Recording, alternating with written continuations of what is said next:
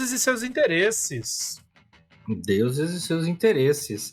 A gente explorou um pouco isso, né? Agora há pouco, quando a gente estava falando sobre Nos jogos, né? os jogos cósmicos, né? Essa imagem aí é Calliope, deusa grega, musa. Musa, né? É, a musa grega. Os gregos... Hã? Que parece Sandman. Parece Sandman, é. Os gregos utilizavam os deuses para explicar basicamente tudo, né? Essa é uma grande questão. Por mais filosóficos que eles fossem e cientistas, né? E estudantes da natureza, enfim, tudo era explicado pelos deuses. Ele tinha um deus para explicar a natureza, tinha um deus para explicar o clima, tinha um deus para explicar a profissão. Assim, não, os homens receberam a capacidade da apicultura do deus Aristeu. Agricultura foi de... Agricultura, de Deméter. Não, Deméter é... Minerva. Deméter é a romana. E também, especialmente, para sentimentos e emoções. Né? A deusa da Afrodite é a deusa da beleza e do amor. Eles têm essas facetas. Então, por um lado, isso permite uma construção cosmológica muito vasta, né? Torna virtualmente ilimitado o número de deuses que você pode ter, com diferentes instâncias e níveis de poder. Então você tem lá um Zeus da vida, que é o deus, o pai de todos os deuses, que na verdade nem era o pai de todos os deuses, porque os irmãos dele eram filhos de outro pai, né? Ele tinha irmãos que não eram filho dele, no caso. Apesar de e aí, até se você for pra esse rumo aí, antes dos deuses ainda tinha os titãs, né? Exatamente, eles são filhos dos titãs, né? Paulo Micos, Nando Reis. Exatamente. Arnaldo Antunes e Charles Gavin. Outro dia eu tava tentando descobrir, eu matei o titã errado. Outro dia eu jurava que o Gavin tinha morrido, e na verdade foi o Marcelo Lemmer, uma coisa assim. Morreu lá na década de 90. Enfim, nesse meu... Qual que é o problema dos deuses e seus interesses? E aí eu acho que é um dos pontos que eu queria destacar, que eu ia falar sobre a questão da interferência dos deuses. É que quanto mais interessados na vida dos mortais e mais interferidores os deuses forem, menor é o peso das decisões das pessoas. Já que, em última instância, o que você decide fazer ou deixar de fazer sobre um assunto que é de interesse de um deus onipotente ou muito poderoso é baixo. Tanto é que a função média do mortal grego na mitologia grega é se fuder.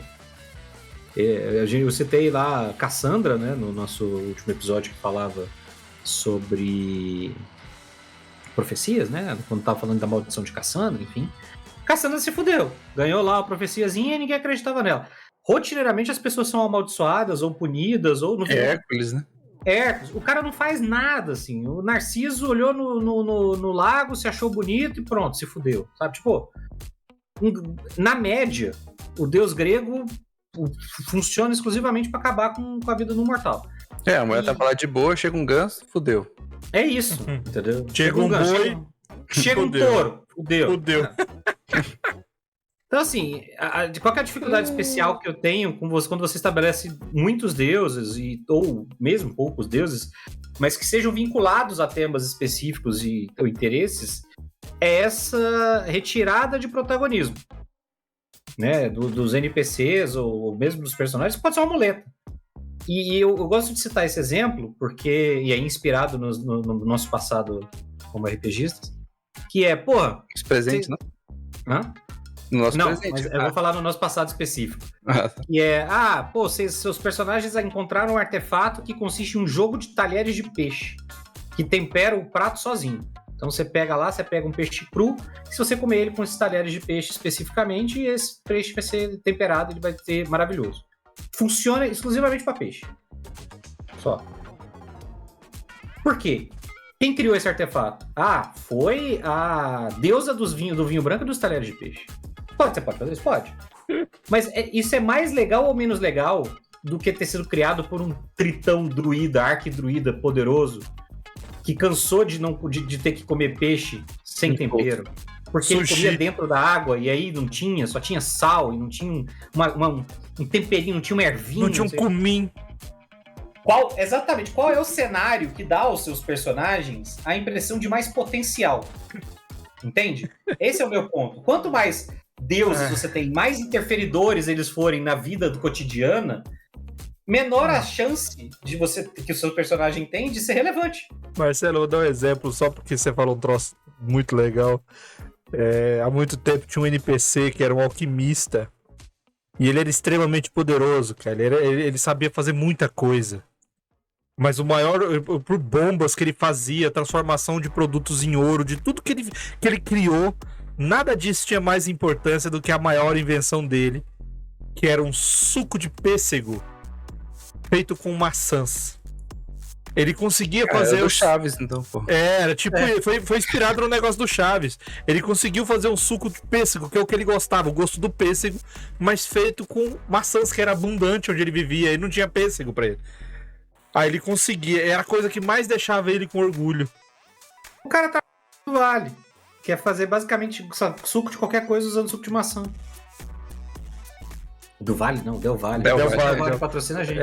Ainda existe Del Valle? Né? Sim. Tomara que existe pra patrocinar a gente. Patrocina a gente aí. Então, assim, eu falo da muleta porque eu consigo ver. Essa é outra questão. O Deus, em geral, ele serve como um canal de comunicação, né, do mestre, do narrador com o mundo. Então, naquele tema específico, às vezes, o narrador pode fazer uso de intervenções divinas, solicitadas ou não, né, pelos personagens, para agir num tema. Então, assim, tem um Deus, existe Deus da guerra no mundo. Faz sentido que numa situação de guerra ou uma batalha que seja particularmente relevante e tal, aconteça uma intervenção relevante de alguma natureza, entende? Tipo, não, meu personagem é um mago de nível alto. Aí na hora que ele ia morrer, você vira e fala, não, cara, você vê a deusa da magia aparecendo pra falar, não é sua hora ainda, eu preciso que você continue. Beleza, é uma muleta, mas funciona. Deus Ex Machina, né? Literalmente. É literalmente um Deus Ex Machina, né? Então, acho que assim, quanto mais radicais ou herméticos forem os deuses e seus interesses, ou seja, quanto mais focados em fazer aquilo... O Ares é o deus da guerra, mas o conceito de guerra dele é tudo, assim, tipo, discórdia. Ele não quer causar só grandes guerras, ele quer causar briga de vizinhos. Porque é isso. Briga no Twitter. Isso, né? É isso, ele é um troll de internet, porque o cara é o deus da guerra, a essência dele é essa, ele se alimenta disso, ele vive disso, o objetivo dele é um cara que vira e fala, porra, se eu tô aqui pra fazer guerra, eu vou fazer guerra, eu não vou parar pra conversar fiado.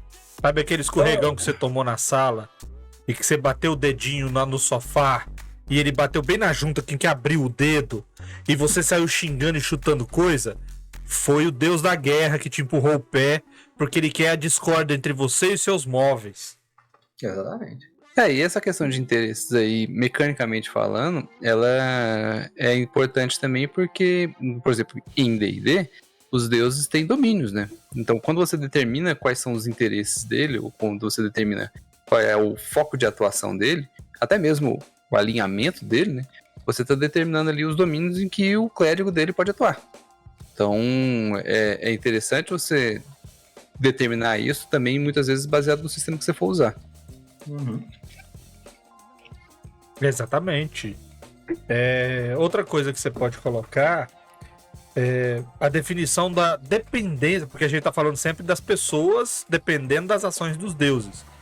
Mas que você também pode colocar e qual é a dependência dos deuses com as pessoas? Ele é independente de todo mundo, ele é poderoso ou não? Eu, por exemplo, adoto no Eros o seguinte, o poder da divindade ela só existe se ela tiver fiéis. Uma divindade sem fiéis ela é esquecida e morre. Não é que morre assim, ela meio que ela perde a interação, função, né? ela perde a interação dela com o mundo. Só uma divindade do cenário, ela existe sem a necessidade de fiéis. Mas de resto, todas as outras divindades, se ela não tiver fiéis, ela não existe. Então, dá pra você fazer isso daí. É só os seres que dependem dos deuses ou os deuses dependem das criaturas? No Exalted, da White Wolf, tem uma premissa muito similar que eu acho que é um pouco emprestado do shintoísmo, né? Que tudo, objeto, qualquer coisa, tem um deus representante ali. Eu acho que até quando você vê Viagem de Chihiro, você tem ali um exemplo de vários deuses diferentes, oriundos de adorações em escalas diferentes. Tem um quadrinho do próprio Exalted, em que ele fala de um deus de um rio, que durante muito tempo ele sempre recebia sacrifícios de virgens lá para acalmar o rio, ou para o rio trazer mais comida, etc. E blá, blá, blá. E recentemente a galera tinha esquecido desse deus, tinha parado de fazer sacrifício, mas ele tava chateado lá. E aí era a função dos Exalted intermediar aí entre a galera e o deus. Aí o deus tava tacando terror na vizinhança porque ninguém fazia mais sacrifício pra ele. Então, no Exalted, assim como, assim, posso estar ligeiramente enganado, mas assim como no shintoísmo, qualquer coisa que você adorar de maneira divina, assim, e quanto mais pessoas adorarem aquilo, ele desenvolve uma divindade daquilo. Esse deus do rio só existiu porque as pessoas adoravam esse rio como se fosse um deus. Mas aí a gente já pode pegar emprestado dos americanos, que tem deus da mídia, e aí vários outros. Até aquele... não sei se era o personagem que o Marcelo fez de Changeling, que era... Como é que é o nome daquele indivíduo que só existe se você acredita? Não é Changeling. Eu fiz ele pra uma aventura que eu acabei não jogando de Mutantes Malfeitores, a Tupa. Que também é similar àquele do Supernatural do Blue Oyster Cult, né? Isso, exatamente. Ele é alimentado pela energia psíquica enviada pra ele. Então ele depende de energia psíquica pra existir. O princípio do American Gods eu gosto muito da ideia. De que você pode matar velhos deuses e criar velhos deuses baseado na ideia de quantas pessoas sacrificam de suas vidas para aquele deus. E aí os deuses representam, né? Os deuses antigos representavam a natureza e etc. E os deuses modernos são as coisas que as pessoas sacrificam hoje em dia. A mídia, a burocracia, a internet, etc. E entra um pouco nisso que o Vermelho falou do Eras, né? Que é na linha de quanto a versão American Gods é menos de crença e de adoração e de devoção e mais de sacrifício. Quanto você sacrifica da sua vida, e aí em tempo, em energia, etc., para aquele deus específico. Que eu acho que é um princípio muito interessante para você justificar surgimento de deuses, fim de deuses antigos, enfim. Não vou ficar dando spoiler de American Gods, mas recomendo aí o livro, não a série. Uma coisa que a gente vai falar logo mais, e eu poderia ter usado, mas não usei, vou falar agora, de novo no cenário do Eras, uma divindade menor, que foi um humano que fez um feito tão heróico que as pessoas viviam em romaria anualmente para dar honras ao feito desse cara que defendeu lá, morreu, mas conseguiu salvar uma população de um grande perigo. E depois de alguns anos, décadas e século, essa situação começou a criar um caráter religioso, que as pessoas começavam a atribuir a esse cara milagres, que existiam ou não, tanto faz. E depois de alguns séculos, esse cara, esse humano morto, conseguiu ascender ao status de divindade menor, exatamente pela fé das pessoas.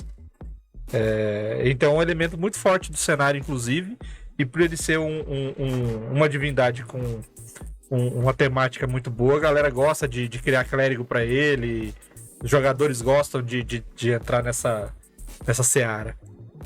No próprio Warhammer é similar. A principal religião do Império, que é o de Sigmar.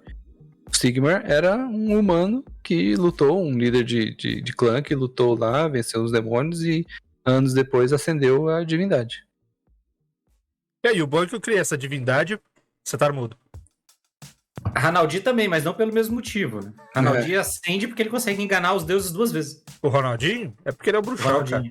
É o bruxo. É o rolê mais aleatório dele, foi virar deus Warhammer. E o lance de eu criar essa divindade menor foi porque um jogador queria ter criar um paladino de uma divindade menor, porque ele queria que a história dele fosse de um paladino de uma divindade que não fosse tão respeitada quanto as maiores, ficasse conhecido, fosse respeitado pelos paladinos das divindades e tal. Aí eu falei assim, então vou bolar uma divindade aqui. Ele queria ser um clérigo indie. Tipo isso. Vamos prosseguir. Ser Deus do Deus, paladino do Deus que ninguém acredita, realmente sempre é uma boa ideia, né? Mas deu certo, a história ficou boa. E eu criei uma divindade legal. Vamos prosseguir, porque a noite é uma criança, mas é uma criança que dorme cedo.